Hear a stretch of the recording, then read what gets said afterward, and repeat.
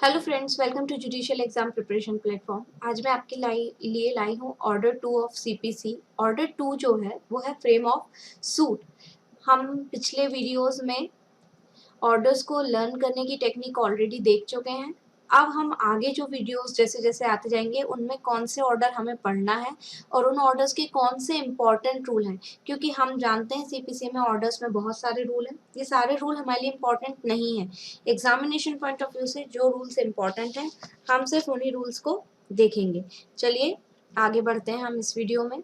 सबसे पहले हम देखते हैं ऑर्डर 2 में जो रूल है इम्पॉर्टेंट, वो है पहला रूल। जो फर्स्ट रूल है ये बताता है frame of suit. First rule क्या बताता है? Frame of suit. तो हर सूट जो है उसकी फ्रेमिंग प्लेंटिफ को इस प्रकार से करवानी चाहिए कि सूट से रिलेटेड उसमें सारे ग्राउंड्स मेंशन हो। यदि किसी सूट में सारे ग्राउंड मेंशन होते हैं तो फाइनल डिसीजन लेना बहुत ही आसान हो जाता है, और आप यदि फाइनल डिसीजन ले सकते हो तो फिर फर्दर लिटिगेशन नहीं करना पड़ेगा, जिससे कोर्ट का टाइम सेव होगा। तो ये याद रखना हमें, जब भी कोर्ट में कोई सूट फाइल करें तो उसमें ग्राउंड सारे मेंशन होने चाहिए सूट से रिलेटेड। अगला जो रूल है वो है important rule, rule 2, suit to include the whole claim. आपने जो भी सूट फ्रेम किया है उस सूट में प्लेंटिफ को वो सारे क्लेम मेंशन करवाना जरूरी है जिसके लिए वो एंटाइटल्ड है।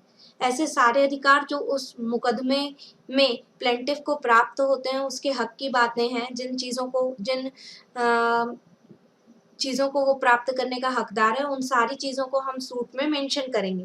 पर यहाँ पे एक कंडीशन है फ्रेंड्स, हमें ये याद रखना है कि यदि प्लेंटिफ चाहे तो किसी पार्ट का क्लेम ना करे, ये उसकी इच्छा पे डिपेंड करता है। और उसके पीछे कारण क्या है? क्योंकि यदि वो सारा क्लेम करता है तो कोर्ट के जुरिडिक्शन में मैटर नहीं आता है। अब प्लेंटिफ चाहता है नहीं, मुझे तो इसी कोर्ट में फाइल करना है सूट और मैं चाहता हूँ कि इसकी जुरिडिक्शन में आ जाए, तो ये प्लेंटिफ के ऊपर है, वो चाहे तो किसी पार्ट ऑफ क्लेम को छोड़ सकता है। अब इसमें दूसरा सब रूल जो है, सब रूल 2 का सब रूल 2 जो बोलता है वो बोलता है कि रिलिंक्विशमेंट ऑफ पार्ट ऑफ क्लेम। यदि प्लेंटिफ ने सारे क्लेम नहीं किए सूट में और कोई पर्टिकुलर क्लेम है वो करना भूल गया या उसने जानबूझ के उसको छोड़ दिया, तो सूट में आगे जाके किसी भी स्टेप में बाद में वो उस क्लेम को नहीं मांग सकता है।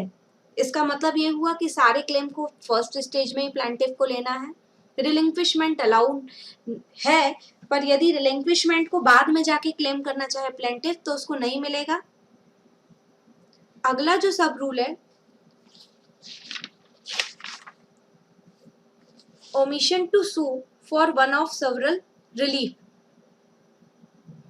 अब यदि किसी व्यक्ति को एक ही कॉज ऑफ एक्शन के कारण बहुत सारे रिलीफ मिलने हैं और वो उनमें से किसी एक रिलीफ को मांगना छोड़ देता है या वो ओमिट कर देता है, तो बाद में हम उसको वो रिलीफ नहीं दिला सकेंगे, क्योंकि ये रूल कहता है कि भाई आप जब सूट फाइल करने आए थे तभी आपको बताना था कि आपको ये रिलीफ चाहिए, बाद में हम आपको ये अलाउ नहीं कर सकते। चलिए इसको समझने के लिए एक उदाहरण मैं आपको देती हूँ। मान लीजिए ए ने बी को अपना हाउस रेंट पे दिया हुआ है और उसका जो ईयरली रेंट है वो है 1200 रुपए। अब क्या हुआ, बी ने ना तो 2003 का रेंट दिया, ना 2004 का रेंट दिया, ना 2005 का रेंट दिया। अब ए कोर्ट में सूट फाइल करने गया और उसने सिर्फ और सिर्फ 2005 का क्लेम डिमांड किया। उसने ना 2003 का क्लेम मांगा ना 2004 का क्लेम मांगा। तो कोर्ट उसको सिर्फ 2005 का ही क्लेम रेंट दिलवाएगा। 2003 और 2004 जिसको उसने रिलिंक्विश कर दिया है, नहीं मांगा है, उसको कोर्ट के द्वारा नहीं दिलाया जाएगा। चलिए आगे बढ़ते हैं। अगला जो रूल है, रूल 3 है ऑर्डर 2 का, ये भी इंपॉर्टेंट है। रूल 3 क्या कहता है? Joinder of causes of action. यदि प्लेंटिफ को एक ही डिफेंडेंट के अगेंस्ट या कुछ डिफेंडेंट्स हैं जॉइंटली, उन सब के अगेंस्ट बहुत सारे कॉज ऑफ एक्शन है, तो प्लेंटिफ चाहे तो उन सबके विरुद्ध एक ही सूट फाइल कर सकता है। किसी एक डिफेंडेंट के विरुद्ध यदि प्लेंटिफ को बहुत सारे कॉज ऑफ एक्शन हैं तो वो उसके लिए एक ही सूट फाइल कर सकता है उस एक डिफेंडेंट के अगेंस्ट, या फिर बहुत सारे डिफेंडेंट्स जॉइंटली किसी सूट में हैं और उन सबके विरुद्ध बहुत सारे कॉज ऑफ एक्शन है, तो उन जॉइंटली डिफेंडेंट्स के विरुद्ध भी प्लेंटिफ एक सिंगल सूट फाइल कर सकता है जिसमें सारे कॉजेज ऑफ एक्शन जो हैं वो जॉइंट कर दिए जाएंगे। अब यदि हमें ज्यूरिडिक्शन का अंदाजा लगाना है तो सारे कॉज ऑफ एक्शन को जॉइंट करने के बाद जो एग्रीगेट अमाउंट बनता है सब्जेक्ट मैटर का, उसके बेसिस पे हम ये डिसाइड करेंगे कि कोर्ट का ज्यूरिडिक्शन है या नहीं है। इसमें सारे कॉज ऑफ एक्शन का एग्रीगेट निकाला जाएगा। अगला जो है इंपॉर्टेंट रूल,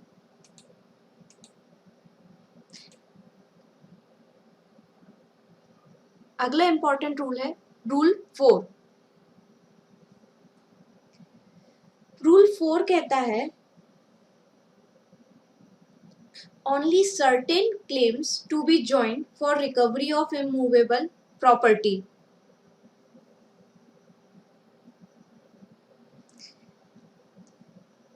देखिए, कोर्ट ने ये बोला कि कोई सूट है, रिलेटेड किससे है, रिकवरी ऑफ इमूवेबल प्रॉपर्टी से रिलेटेड है, तो उसमें कुछ प्रकार के ही क्लेम्स को हम ज्वाइन कर पाएंगे, जरूरी नहीं कि हम हर क्लेम को ज्वाइन कर पाए।